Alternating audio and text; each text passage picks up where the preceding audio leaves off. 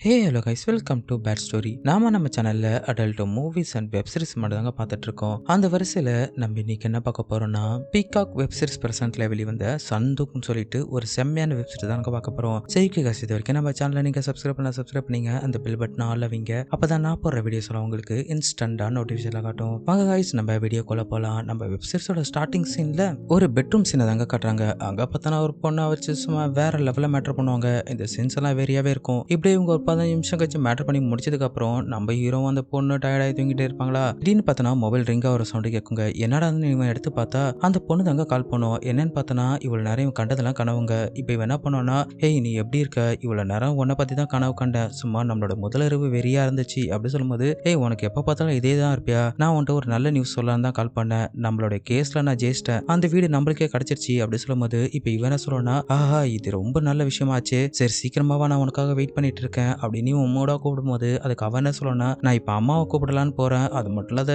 நிறைய டாக்குமெண்ட் ஒர்க்லாம் நிறைய இருக்கு, இப்ப என்னால முடியாது அப்படி சொல்லும்போது, நான் உனக்காக வெயிட் பண்ணுவேன் சீக்கிரமா வந்துரு அப்படின்னு இவன் சொல்லும்போது, அவ இல்ல இல்ல நான் அப்புறமா பேசுறேன்னு சொல்லிட்டு காலை கட் பண்ணிடுவாங்க. இந்த சீன் அப்படியே கட் பண்ணிட்டு இப்ப அடுத்த சீன் தாங்க காட்டுறாங்க. இந்த சீன்ல பார்த்தனா நம்ம ஹீரோனி அவங்க அம்மா என்ன பண்ணாங்கன்னா, அந்த கோர்ட்ல ஜெயிச்சு அந்த வீட்டுக்குள்ள போறாங்க. அங்க பார்த்தனா ஒரே பாழடைஞ்சு போயிருக்குங்க. அப்படியே இவங்க உள்ள போனதுக்கு அப்புறம் அங்க பார்த்தனா நம்ம ஹீரோனுடைய அம்மா அப்பா போட்டோ இருக்குமா, அதை எடுத்து அவங்க அம்மா கையில வச்சுட்டு அழுவும் போது இந்த சீன் அப்படியே கட் பண்ணிட்டு இப்ப அடுத்த சீன் தாங்க காட்டுறாங்க.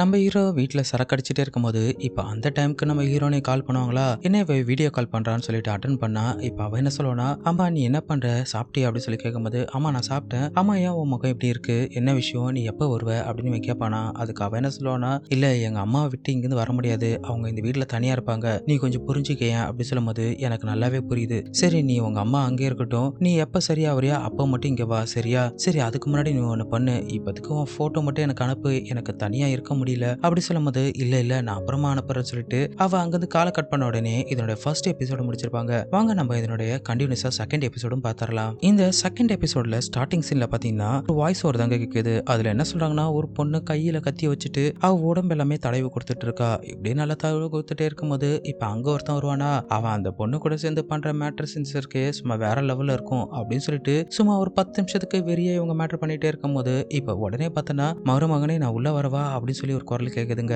என்னன்னு பார்த்தனா, இவ்வளவு நேரம் இவன் உட்காந்துட்டு ஒரு மேட்டர் புக் படிச்சிட்டு இருப்பாங்க.